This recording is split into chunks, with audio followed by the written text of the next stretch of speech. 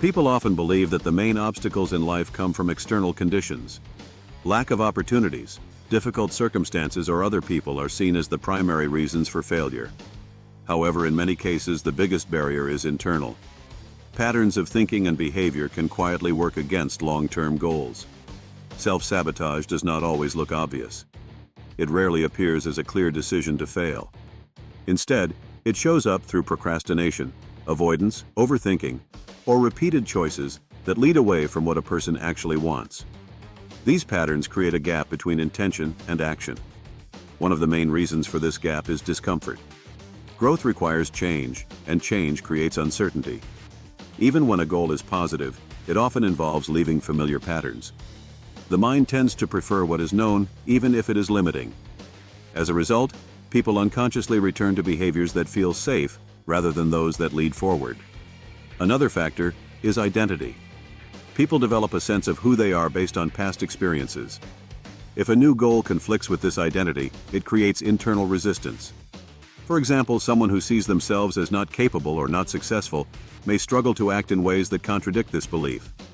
The behavior remains consistent with the identity, even if it leads to negative outcomes. Emotions also play a central role.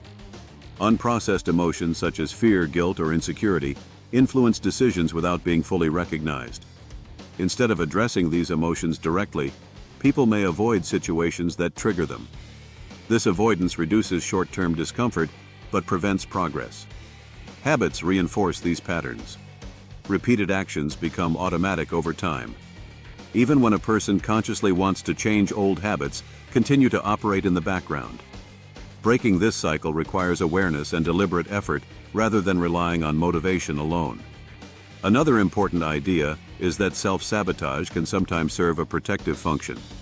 Certain behaviors may have developed as a way to cope with past challenges. While they may no longer be useful, they continue to operate because they once provided stability. Understanding this reduces self-criticism and makes change more realistic. Changing these patterns begins with awareness. Recognizing when behavior does not align with goals is the first step. Instead of judging the behavior, it is more useful to understand what need or emotion it is trying to address. Clarity of goals is also essential. Vague intentions make it easier for the mind to avoid action. Clear and specific goals create a stronger direction and reduce uncertainty. Small, consistent actions are more effective than sudden, drastic changes. Large shifts often trigger resistance, while gradual adjustments allow new patterns to form more naturally. Repetition builds new habits that eventually replace old ones. Another key element is emotional regulation. Learning to tolerate discomfort makes it possible to act despite fear or uncertainty. This does not remove the difficulty, but reduces its influence on decisions. The central idea is that self-sabotage is not a sign of weakness, but a pattern that can be understood and changed.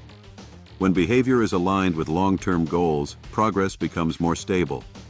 The key insight is that change does not require eliminating all negative thoughts or emotions. It requires acting with awareness, choosing responses deliberately, and building patterns that support rather than block development.